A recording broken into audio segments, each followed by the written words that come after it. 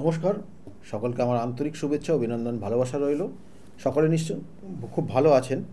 দেখুন, আগামী যে তিথি রয়েছে খুব গুরুত্বপূর্ণ তিথি, যেটা হচ্ছে ফলহারিণী অমাবস্যা। এই ফলহারিণী অমাবস্যা জ্যৈষ্ঠী মাসের কৃষ্ণপক্ষের তিথিতে কিন্তু করা হয় এবং এই কৃষ্ণপক্ষের অমাবস্যা তিথিতে এটা হয় এবং এখানে কিন্তু বলবো খুব গুরুত্বপূর্ণ রয়েছে, কারণ এই নির্দিষ্ট তিথিতে মহের্ষি শ্রী শ্রী রামকৃষ্ণদেব তিনি কিন্তু তার স্ত্রীকে কিন্তু মাতৃরূপে পুজো করেছিলেন সকলের মঙ্গল কামনার্থে। এবং এই যে পুজো করেছিলেন তিনি কিন্তু তাকে অর্থাৎ মাকে কিন্তু ষোড়শী রূপে পুজো করেছিলেন, মাতা ষোড়শী দেবী, কারণ দশ মহাবিদ্যার তৃতীয় দেবী। এবং তার সঙ্গে সঙ্গে এখানে বলবো যে এখানে যে কালী পূজা করা হয় বিভিন্ন জায়গায়, এবং সেক্ষেত্রেও কিন্তু দশ মহাবিদ্যার প্রথম দেবী, অর্থাৎ দশ মহাবিদ্যার প্রথম দেবী হচ্ছেন কালী, যিনি কালকে হরণ করেন, সময়কে হরণ করেছেন।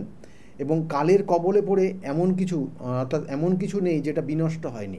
কালের কবলে পড়লে বিনষ্ট হতে বাধ্য, অর্থাৎ প্রত্যেকটা জীবের তার মরণ রয়েছে, অর্থাৎ মানুষের ঠিক তার নির্দিষ্ট কর্ম করবে এবং সে জন্মগ্রহণ করেছে এবং ধীরে ধীরে সে বৃদ্ধি হচ্ছে এবং তারপরে একটা সময় বিভিন্ন কর্ম করছে, তারপরে সে মোক্ষ লাভ করছে।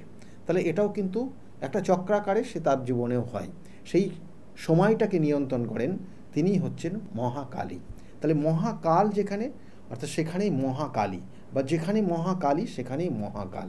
কিন্তু মায়ের কাছে শ্রদ্ধা ভক্তি, এই নির্দিষ্ট তিথিতে বলছে মায়ের কাছে শ্রদ্ধা ভক্তি প্রেম বিবেক বৈরাগ্য প্রার্থনা এই নির্দিষ্ট তিথিতে কিন্তু জাতক জাতিকারা করে থাকেন সন্তানের মতো করে। এবং এই দেবী বলছে, এই দেবী কালিকা ভিন্ন নাম, অর্থাৎ কালীর কিন্তু বিভিন্ন রকমের মত রয়েছে, নাম রয়েছে। কিন্তু আমরা বলি না, কখনো নিত্যকালী, কখনো শ্মশানকালী, কখনো মহাকালী, কখনো ভদ্রকালী, তার কখনো রক্ষাকালী। তাহলে সেই তিথি রয়েছে যে তিথিতে মায়ের এই রূপটা পুজো হবে, যিনি হচ্ছেন কিন্তু ফলহারিণী, ফলকে হরণ করেন। সন্তান কোনো রকমের পাপ কাজ করে তার যে ফল সে পাবে সেটা হয়তো দুঃখময় কষ্টময়, কিন্তু মাকে যদি এই নির্দিষ্ট তিথি থেকে স্মরণ করে পুজো করা যায়, তাহলে সেই দুঃখময় কষ্টময় যে ফলটা সে পাবে তার সন্তান, সেই সন্তানের ওই ফলটাকে তিনি হরণ করে নেবেন, হরণ করে তাকে ভালো ফল দেওয়ার চেষ্টা করবেন, যাতে আগামী দিনে তার মোক্ষ লাভ হয়। এই হচ্ছে এই নির্দিষ্ট তিথির বৈশিষ্ট্য। আর ষোড়শী মায়ের পুজো করেছিলেন এখানে বলবো যে মহর্ষি শ্রী শ্রী রামকৃষ্ণদেব, তিনি কিন্তু তার স্ত্রীকে কিন্তু এই মায়ের অর্থাৎ ষোড়শী মাতৃরূপে তাকে পুজো করেছিলেন। কারণ ষোড়শী মাতৃরূপ অর্থাৎ এখানে কিন্তু বলবো এটা এডুকেশন, শিক্ষার জায়গা। এবং এখানে বুধের ইষ্ট দেবতা হচ্ছেন মাতা ষোড়শী। বুধ গ্রহ, আমাদের যে 9টা গ্রহ রয়েছে, এই 9টা গ্রহ 27টা নক্ষত্র 12টা রাশি, এই 9টা গ্রহের মধ্যে 2টো ছায়াগ্রহ এবং তার মধ্যে 7টা হচ্ছে মেন গ্রহ। এই 2টো ছায়াগ্রহ হচ্ছে রাহু এবং কেতু। আর এই বুধ হচ্ছে ওই 7টা গ্রহের মধ্যে একটা ইম্পর্টেন্ট গ্রহ, যে গ্রহটা আপনাকে নির্দিষ্টভাবে অ্যাপ্লিকেশনের জায়গা তৈরি করে দেয়। আপনি কখন কোথায় কি বলবেন, কি জায়গা করবেন, কি করবেন না করবে, এই বুধ আপনার ক্ষেত্রে ব্যবসায়ী মনোবল দেয়, বুধ আপনাকে বুদ্ধি দেয়, বুধ আপনাকে কিন্তু আপনার মধ্যে কিন্তু সৃষ্টির জায়গা তৈরি করে দেয়। অর্থাৎ আপনি কি করবেন, কোন নিয়মে চলবেন, আপনার সিদ্ধান্তর জায়গা দেয় আপনার বুধ। সেই জন্য এই নির্দিষ্ট তিথিতে বলছে ষোড়শী মায়ের পুজো কিন্তু বিভিন্ন যে রামকৃষ্ণদেবের যে আশ্রমগুলো রয়েছেন, সেই আশ্রমগুলোতে কিন্তু তার সেই রূপটাই পূজিত হন। এবং এর সঙ্গে সঙ্গে বলবো এই নির্দিষ্ট তিথিতে আপনি কি করবেন, খুব গুরুত্বপূর্ণ তিথি। কারণ এই নির্দিষ্ট তিথিতে প্রথমেই বলি, কঠিন থেকে কঠিনতম সমস্যা আপনার জীবনে যেটা হয়ে আছে সেখান থেকে বেরোতে পারছেন না, সেটার ফল পাচ্ছেন না, এই নির্দিষ্ট ফলহারিণী অমাবস্যাতে এই কাজটা করুন। সেখান থেকে আপনি বেরিয়ে আসতে পারবেন, আপনার নির্দিষ্ট ইচ্ছা পূরণ হবে এই নির্দিষ্ট তিথিতে সঠিকভাবে তার প্রতিকার প্রতিবিধান এবং সঠিক গাইডলাইন পেলে।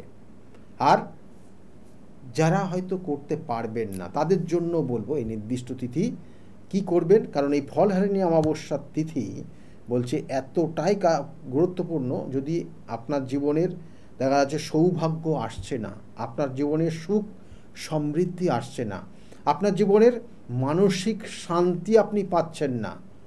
এই তিথিতে মায়ের কাছে যেটা আপনি কি করবেন, মায়ের কাছে আপনি 16 কলা, অর্থাৎ বলা হচ্ছে 16 কলা পূর্ণ হবে। যদি আপনি একটা ছড়াতে যেটা 16টা কলা থাকবে, সেই কলা মায়ের কাছে দেবেন এবং তার সঙ্গে 5 রকমের ফল, 5 রকমের মিষ্টি, মায়ের বস্ত্র এবং এইগুলো দিয়ে মায়ের কাছে পুজো দিয়ে আসবেন। এবং সেক্ষেত্রে সঠিক দক্ষিণাও দেবে এবং দক্ষিণা দিয়ে যে ফলটা আপনাকে দেবে সেই ফলটা আপনি বাড়িতে নিয়ে আসবেন। এই একটা নিয়ম রয়েছে। আর একটা নিয়ম রয়েছে, মায়ের উদ্দেশ্যে আপনি যে ফল মাকে নিবেদন করবেন এই নির্দিষ্ট তিথিতে, সেই ফলটা 1 বছর আপনি ভক্ষণ করবেন না, মানে আপনি খাবেন না। আপনি সেই ফলটা মায়ের উদ্দেশ্যে উৎসর্গ করছেন, যাতে আপনি আপনার মনস্কামনা রয়েছে যে এই মনস্কামনা পূরণের জন্য মায়ের কাছে আমি এই ফলটা সারা বছরের জন্য আমি উৎসর্গ করলাম, যাতে মার কাছ থেকে আমি এই ফলটা পাই, আমার মনস্কামনা। তাহলে সেটা আপনি করতে পারেন এই নির্দিষ্ট তিথিতে।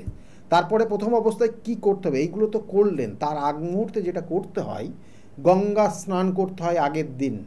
এবং আগের দিন অর্থাৎ অমাবস্যা তিথি শুরু হওয়ার আগে আপনি গঙ্গা স্নান করবেন। এবং গঙ্গা স্নান যারা গঙ্গা পাবেন না কাছে, তাহলে আপনি কিন্তু শুদ্ধ বস্ত্রে শুদ্ধাচারে ওই দিনকে বলা হচ্ছে স্নান করে নেবেন।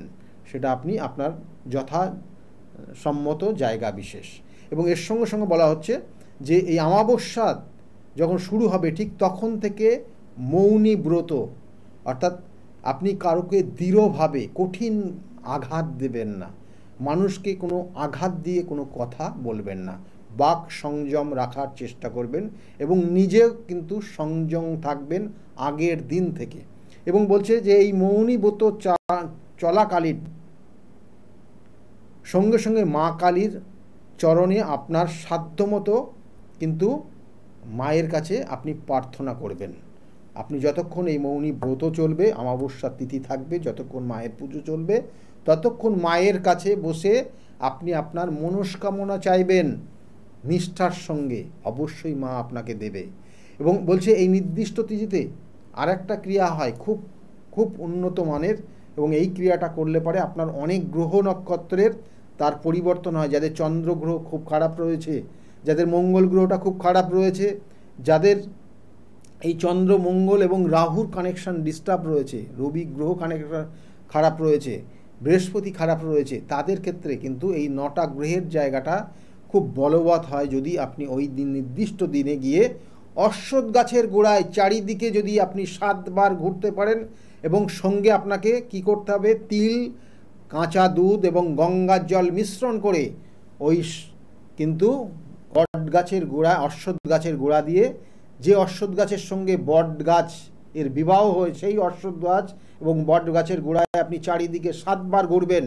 আর 7টা সুতো, একটাকে সুতো, লাল রঙের সুতোকে 7টা প্যাঁচ দিয়ে আসবেন এবং আপনি আপনার মনস্কামনা জানিয়ে আসবেন।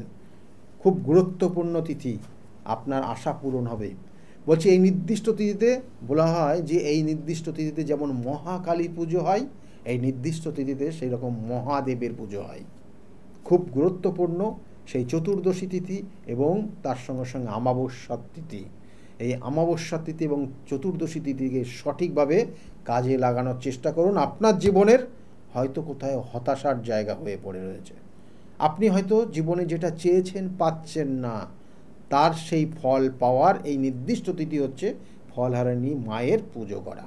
এই নির্দিষ্ট তিথিতে বলছে কোনো গরিব বা কোনো দুস্থ মানুষকে যদি আপনি কোনো বস্ত্র বা কোনো খাবার দান করতে পারেন, বা তাকে যদি কোনো কিছু দান করতে পারেন, তাহলে আপনার ক্ষেত্রে কিন্তু এই ফলটা অনেক গুণ বেশি প্রাপ্তি আপনার জীবনে আসবে।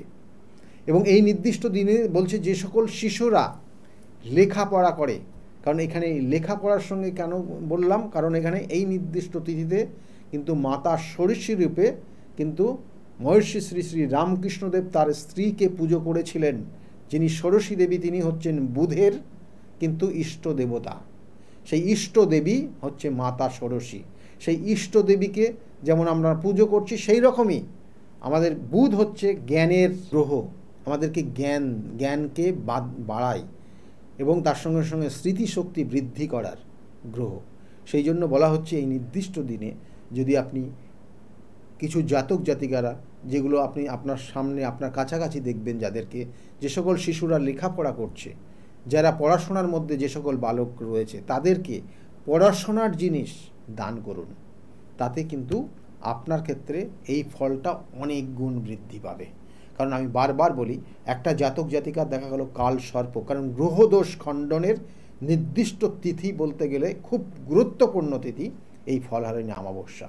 কারণ আমি প্রথমেই বললাম, ফল অর্থাৎ একটা জাতক জাতিকা সে জীবনে জন্মগ্রহণ করেছে, মানব রূপে এই জন্মে জন্মগ্রহণ করেছে, কিন্তু তার আগের জন্মে কি কাজ করেছে, কি খারাপ ফল, সে কি অন্যায় করেছে, কি পাপ করেছে, তাকে কিন্তু এই জন্মে তাকে প্রায়শ্চিত্ত করতে হচ্ছে।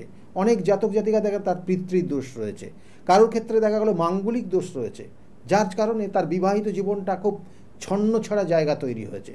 কারোর ক্ষেত্রে দেখা গেল যে কোনো জাতক জাতিকার জীবনে এমন কিছু করে এসছে আগের জন্মে, তার জন্য আজকে হয়তো এই জন্মে তার সন্তান আসছে না, সন্তান ক্ষেত্রটা বারংবার বাধা পাচ্ছে, হয়তো তার সন্তান আদৌ আসবে কিনা ডাক্তারবাবু বলে দিয়েছে। কিন্তু আবার বলছি, এই নির্দিষ্ট তিথি যেটা ফলহারিণী অমাবস্যা, সেই তিথি তার সন্তানের কিন্তু এই অপকর্ম বা যদি কোনো রকমের খারাপ কর্ম করে যে ফল সেই পাচ্ছে, ভোগ করছে, যে দুঃখ কষ্ট ভোগ করছে, সেটা কিন্তু মা কিন্তু নিজের সন্তান রূপে সেই তার কাছ থেকে হরণ করে নিয়ে তাকে শুভ ফল দেবে। সেই জন্য এই নির্দিষ্ট তিথিতে কাজে লাগান। আবার দেখবেন যে অনেক জাতক জাতিকার সাধু সর্পযোগ হয়ে আছে, জীবনের সমস্ত কাছে হতাশা এবং তার শারীরিক কষ্টর মধ্যে রয়েছে, শারীরিক যন্ত্রণার মধ্যে রয়েছে, শারীরিক বিভিন্ন ধরনের সমস্যার মধ্যে রয়েছে। কোনো কোনো জাতক জাতিকা দেখবেন যে বিবাহের ক্ষেত্রে বিবাহের সব কথাবার্তা ফাইনাল হয়ে যাচ্ছে, লাস্টে গিয়ে বিবাহটা আর হচ্ছে না। সেক্ষেত্রেও জানবেন যে এই নির্দিষ্ট তিথি গুরুত্বপূর্ণ তিথি। অনেক জাতক জাতিকা দেখবেন সন্তান আসছে না, এই নির্দিষ্ট তিথি যেটা দেখবেন যে অনেক ক্ষেত্রে সন্তান আসছে, মিসক্যারেজ হয়ে যাচ্ছে, জানবেন যে আগের জন্মের কোনো কর্মফল। এখানে পঞ্চমের কানেকশান দেয়, পঞ্চম, সেই পঞ্চমের কানেকশান অনুযায়ী আপনার ক্ষেত্রে কোথাও না কোথাও নেগেটিভ কানেকশান ভাইব্রেট করছে। সেই জন্য বলবো যে এই নির্দিষ্ট তিথিতে কাজে লাগান। অনেক জাতক জাতিকা তার সে চাকরির ইন্টারভিউ দিয়ে আসছে, কিন্তু আলটিমেটলি চাকরিটা পাচ্ছে না, কোথাও না হতাশার জায়গা হয়ে যাচ্ছে, বারংবার সে ডিপ্রেশনের মধ্যে চলে যাচ্ছে। কারণ আমাদের নির্দিষ্ট যে লক্ষ্য যদি পূরণ করতে না পারি, সে বিবাহ হোক, কর্ম হোক, নিজের জীবনের সাকসেস হোক, তাহলে সেক্ষেত্রে কিন্তু সেই জাতক জাতিকা একবার দুবার তিনবার ট্রাই করতে করতে একটার সময় সে আপসেট হয়ে পড়ে, তার জীবনের হতাশার মধ্যে পড়ে যায়, এবং তখন সে চিন্তা করে কি করলে কি হবে, কি করব। এই আপসেট, এই দুর্দশার জায়গা, এই বলবো যে হতাশার জায়গা যারা চলে এসছেন, তাদের গ্রহ নক্ষত্রের পজিশন আগে জানুন, আপনার জন্মছকের কোথায় দোষ হয়ে আছে জানুন, আপনার কেউ কি ক্ষতি করেছে শত্রুতার কারণে। দেখা গেলো অনেক সময় জ্ঞাতি শত্রু আপনাকে জায়গাটাকে নষ্ট করে দিয়ে গেছে, আপনার জ্ঞাতি শত্রু আপনাকে হয়তো, অনেক জাতক জাতিকা দেখবেন যে অনেকে বান মেরেছে, অনেকে দেখা গেলো ক্ষতি করে রেখেছে, বিবাহটা বেঁধে রেখেছে, কারো চাকরিটা ক্ষেত্রে হতে দিচ্ছে না, বাধা তৈরি করছে। এগুলো শত্রুতার কারণে অনেক সময় হয়, হয়তো জন্মছকে সেই কানেকশান পাওয়া যাচ্ছে না, কিন্তু তাকে শত্রুতা করে দেখা গেলো ক্ষতি করে রেখেছে। কিন্তু সেটাও জেনে রাখুন, এই নির্দিষ্ট তিথি সব থেকে গুরুত্বপূর্ণ তিথি, যে তিথিতে ফলহারিণী অমাবস্যার তিথি অনুযায়ী মাকে যদি সঠিকভাবে নিষ্ঠার সঙ্গে কিন্তু তাকে ডেকে যদি সঠিকভাবে তার সেই গ্রহ নক্ষত্র এবং তার যে প্রতিকার প্রতিবিধান, তার যে আজকে এই ধরনের অবস্থা হয়েছে, তার সঠিকভাবে যদি সেই খণ্ডন করা যায়, তাহলে কিন্তু সেই জাতক জাতিকা আবার কিন্তু ভালো জায়গায় পৌঁছাবে। সেই জন্য আবার বলছি, এই তিথিটাকে কাজে লাগান এবং আপনার জীবনের সমস্যার থেকে আপনি বেরিয়ে আসুন। যদি মনে করেন আমার সঙ্গে যোগাযোগ করবেন, নিচের বুকিং নাম্বার যেটা যাচ্ছে, ওই বুকিং নাম্বারে ফোন করলে আপনি জানতে পারবেন আমার কোথায় কোথায় চেম্বার রয়েছে। আজকের মতো এই পর্যন্তই, সকলে খুব ভালো থাকবেন, নমস্কার।